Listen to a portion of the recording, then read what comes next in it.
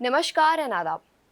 आप देख रहे हैं न्यूज ट्रैक और आज हम बात करेंगे एक ऐसे राष्ट्रपति की जिसने अमेरिका के पूर्व राष्ट्रपति ट्रंप को उन्हीं के अंदाज में जवाब दे करके दुनिया भर का ध्यान खींच लिया। बात हो रही है साउथ अफ्रीका के राष्ट्रपति सिरिल रामाफोसा की। उनका एक हल्का फुल्का लेकिन तीखा बयान आज इंटरनेशनल पॉलिटिक्स में डिबेट का टॉपिक बना हुआ है। ये सिर्फ एक बयान नहीं बल्कि यह उस सिद्धांतवादी सोच की झलक है जो आज के समय में कम देखने को मिलती है।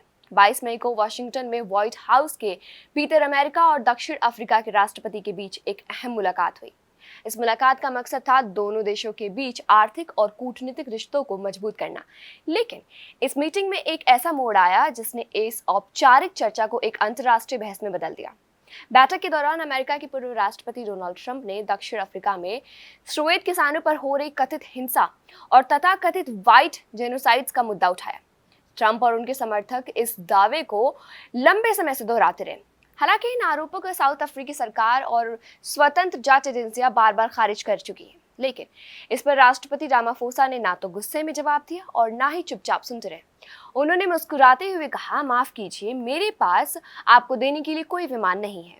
ये बात उन्होंने ट्रंप के उस कदम पर कही जिसमें उन्होंने कतर से गिफ्ट में मिले लग्जरी जेट को नया एयरफोर्स वन बनाने के लिए स्वीकार किया था।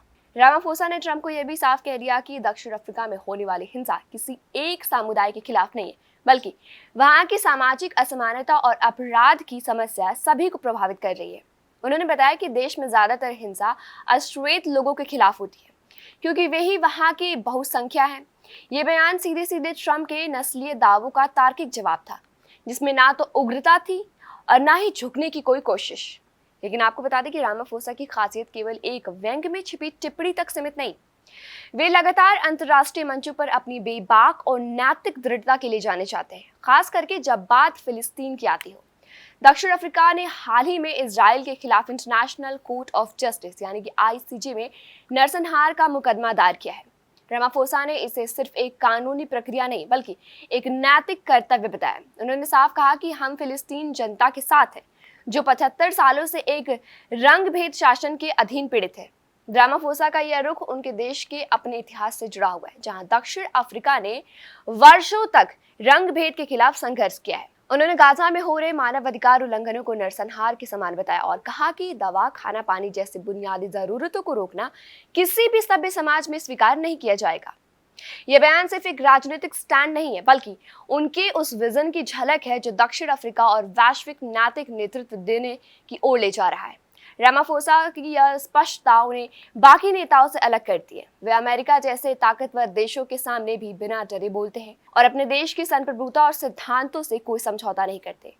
ट्रंप के कई फैसलों पर उन्होंने खुल करके आपत्ति जताई, चाहे वो सहायता राशि रोकने की धमकी हो या फिर राजनयिक दबाव। लेकिन इसके बावजूद रामाफोसा ने अपना रुख नहीं बदला। रामाफोसा के इन कदमों से एक बात बिल्कुल साफ हो जाती है कि वो सिर्फ अपने देश के राष्ट्रपति नहीं बल्कि वैश्विक दक्षिण की आवाज भी हैं। उनकी ये नीति G20 जैसे मंचों पर दक्षिण अफ्रीका को एक निर्णायक भूमिका में ले जा सकती है, खास करके जब 2025 में वो G20 की अध्यक्षता करेंगे। इस पूरी घटना में हमें दो बातें समझनी चाहिए। पहली, कूटनीतिक समझदारी, जहां रामाफोसा ने ट्रंप के आरोपों पर जवाब ठंडे दिमाग और ह्यूमर से दिया, जिससे बात का वजन भी बना रहा और माहौल भी नहीं बिगड़ी।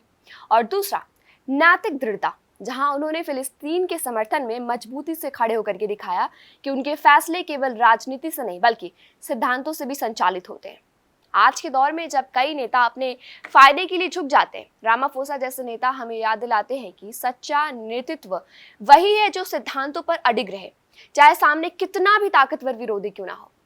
तो ये थी रामाफोसा वर्सेस ट्रंप की पूरी कहानी, जिसमें छुपा हुआ है कूटनीतिक का जिक्र, नैतिकता की मिसाल और एक वैश्विक संदेश कि दुनिया अब केवल ताकत से नहीं विचारों से भी चलती है। आज के लिए बस इतना ही। मैं मुनाज मानुषिक और आप देख रहे थे न्यूज ट्रैक 10 चैनल से।